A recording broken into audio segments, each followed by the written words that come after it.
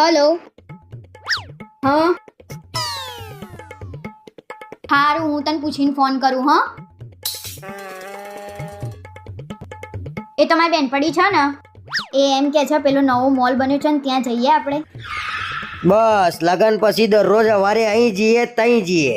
બીજો કોઈ ધંધો છે તમારા લોકોને?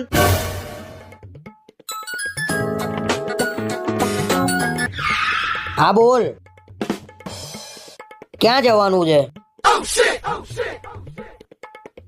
નહીં મેળાવ, તમે કોઈ એ જ કરવાનું છે અમારે. ભાઈબંધો ને બેનપણીઓ નહીં જઈએ ને તઈ જઈએ ને. બસ નહીં આવવાનું મારે, જા. નહીં અવાય, તું જતો આ એકલો.